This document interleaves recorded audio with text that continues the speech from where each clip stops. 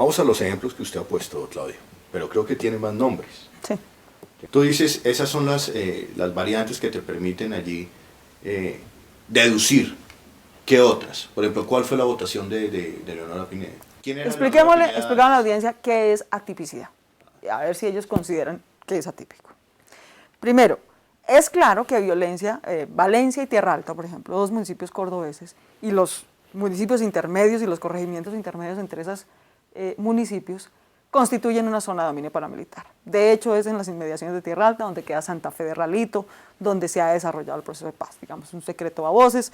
Obviamente los paramilitares no hubieran pedido que la sede del proceso de paz quedara en la mitad del Caguán, donde domina la guerrilla, sino en una zona donde ellos dominan. Luego eso es un hecho establecido, que esa es una zona de dominio paramilitar. ¿Quién era la señora Leonora Pineda en el año 2000?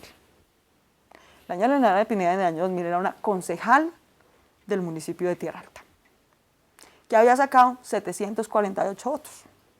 Nada particularmente anormal para ese municipio, en el año 2000. En el año 2002 es candidata ahora a la Cámara de Representantes por Córdoba. Concejal a la Cámara. A la Cámara, que es una cosa bastante inusual. Sí, pero bueno, pero es legítimo. Digamos, bueno, pero no toca hacer el transcurso, sí. Digamos, cualquier ciudadano se puede lanzar. Cualquier ciudadano. Bien, pero el capital político... Si usted considera que tiene un capital... Bueno, y si no también, digamos, la gente puede debatir, eso no tiene nada normal. Lo que es anormal es que en el 2000, que tenía 748 votos en ese municipio, en el 2002 tuvo en ese municipio 11.648 votos. Y en el total del departamento de Córdoba, 82.000 votos. Gina Parodi, por ejemplo, para ponerle un ejemplo a la audiencia pública. Gina Parodi en Bogotá sacó 76.000 votos. En Bogotá, que tiene 7 millones de habitantes.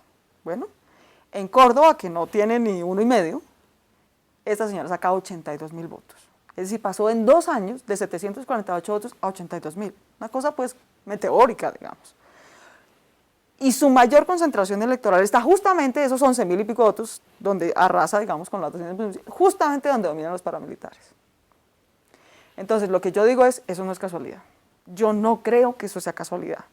Pero además, si a eso le agregamos el proyecto político que ella defiende, pues claramente coincide con el de los paramilitares, y ella no ha hecho ningún esfuerzo por ocultarlo, digamos, eso a ella y a Rocío Arias hay que reconocérselo, lo cual no quiere decir que sea legítimo. Digamos que es un poco menos hipócrita, pero es igualmente ilegal y peligroso. Ese tipo de atipicidades se presentaron perfectamente en otros municipios. Diez Malov, senador por el Magdalena, su principal fuente de votación es el departamento del Magdalena, la costa norte. Diez Malov es un señor que nunca en su vida ha tenido un cargo público de barrendero en el departamento del Magdalena, nunca. No vive allá, no nació allá, no ha hecho política allá. En su primera elección sacó 35.000 votos en el Magdalena. Y lo saca concentrados en unos territorios donde hay claro dominio paramilitar. Yo no creo que eso sea casualidad. Jorge Caballero, del departamento del Magdalena, representante a la Cámara. Jorge Caballero, cuando se le expuso esta tesis en un debate en el Congreso, digamos, esta información, digamos, ya era pública, dice, no, a mí háganme un debate por clientelismo, pero no por paramilitarismo. Yo no le debo mis votos a los paramilitares. Mi familia ya gobernando el Magdalena 80 años. Mis votos son los de mi hermano, los de hermanos son de mi papá, los de mi papá son los de mi abuelo, los de mi abuelo son los de mi tatarabuelo. Eso es cierto. La pregunta es por qué cambió tanto su votación justo después de que hay dominio paramilitar. Jorge Caballero, por ejemplo, había sido gobernador del Magdalena.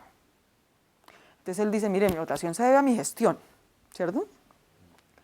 Entonces uno dice, bueno, ¿y por qué si se debe a su gestión perdió tan dramáticamente votos donde 10 más los ganó? Allá él perdió es que pasó de tener 2.000 y pico votos a 4 o a 200. En unas zonas del Magdalena pierde dramáticamente.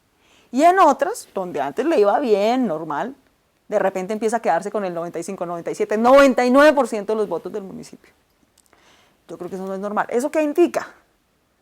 Que hay una distribución, que hay alguien que está interfiriendo y diciendo, estos votos de estos municipios son para Jorge, estos votos de estos municipios son para 10, estos votos de estos municipios son para Eleonora, no son para nadie más.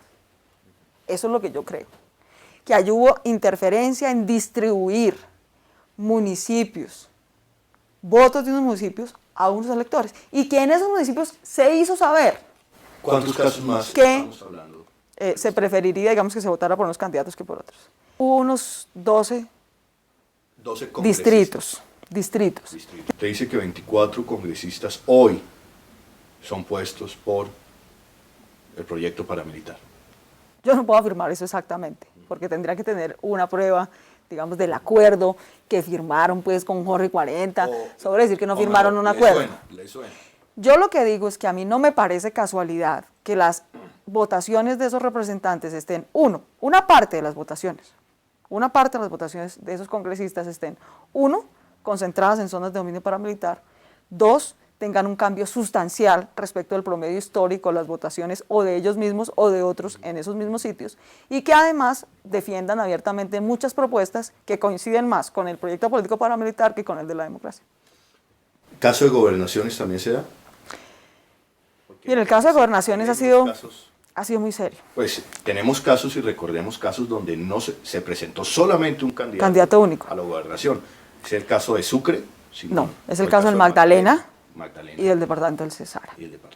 Entonces, yo insisto, aquí lo que no podemos seguir creyendo es que reiteradamente hay una cosa más atípica que la inmediatamente anterior y todo es fruto de la mera casualidad.